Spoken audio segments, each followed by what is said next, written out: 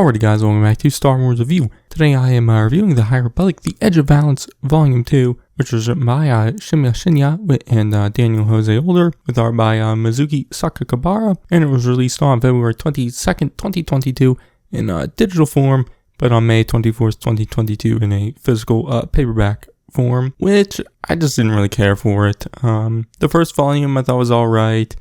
I, enjoyed the characters and I continue to enjoy them in this one. I didn't love any of them, but also the conflict with Nile and Banshee, I don't know, I just didn't really care for it that much. One thing I did feel is the story just felt like a bit all over the place.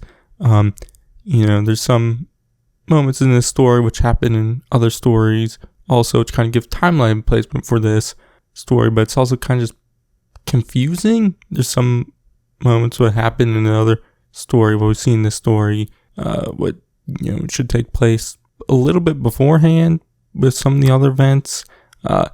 So I don't know, just it just was confusing. I guess maybe just more time passes in this story than it seems like it does.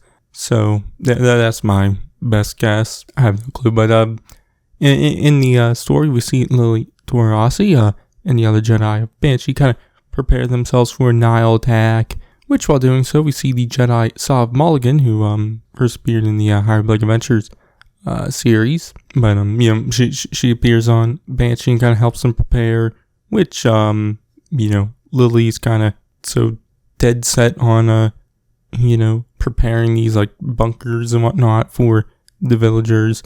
It's kind of blinding her to the big picture. And so, Sav, throughout the story, kind of gets her to see the bigger picture, I guess, and loosen up a bit. But, these bunkers then get, blown up by this villager who's actually secretly a member of Nile, which they don't suspect anything with him. But Sav eventually sends Lily and these two younglings, Nima and Viv'Nia, to Starlight Beacon because, the comms are down on Banshee and they can't, call anyone because of this, bombing on their bunkers they were building. They're kind of wondering what's going on, so they head there to figure out if, what's going on with Nile and whatnot. Which, they get there and find out that the Great Jedi Rumble Race is going on, which we saw that in the 11th issue of the High Republic Adventures series. But Lily eventually runs into Stellan and Arkoff, which it seems like, they're working on this mission, which was said in the first volume. We don't learn anything about that mission, but Arkoff can't return the Banshee yet. But they also, it seems like there's really no worry about anything going on Banshee or around Banshee at the moment. Which, while going on, we see the Nile attack Banshee, and Sav and Lily's Padawan Karen have to defend the planet.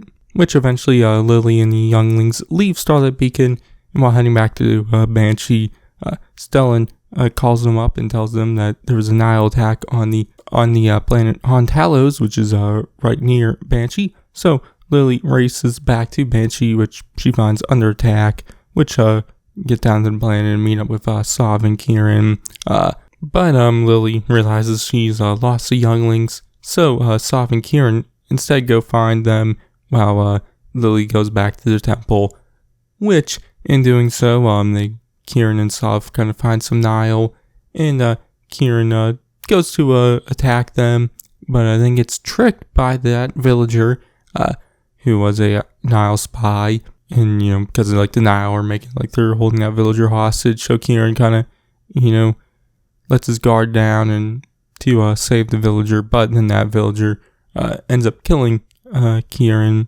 which Lily senses and kind of runs back and finds Sav holding a dead Kieran. But obviously Nile are still there, so they have to kind of get over it quickly and figure out a plan. Which I believe it was Sav kind of figures out that the Nile were there to find something in the Jedi Temple. So come up with the plan of instead of defending the temple, they will evacuate everyone and destroy the temple, which they do just that, and so the Nile kind of flee, but then the story ends with them learning of the destruction of Starlight Beacon. They get a message from the Jedi Council telling them what happened, and that every Jedi is to return to Coruscant, which Sav isn't going to go to Coruscant, which Lily also decides to not go, and instead staying on Banshee while the younglings and the villagers head back to Coruscant. So yeah, that was a brief recap of the story.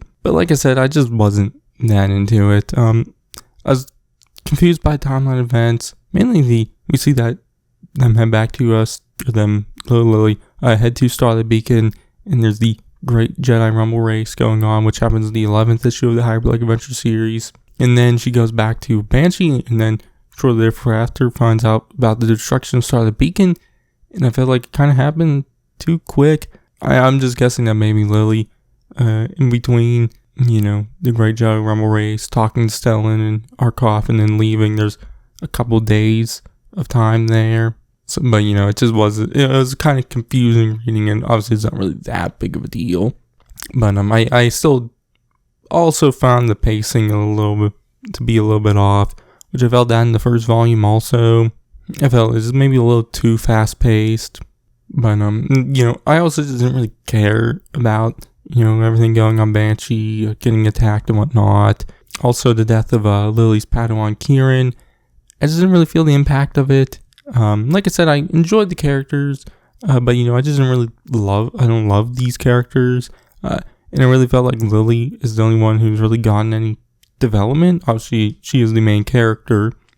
And, I enjoyed her, development in this, kind of being so dead set on one thing, kind of not getting the big picture, and and Sav kind of helps her loosen up and kind of see it a little more.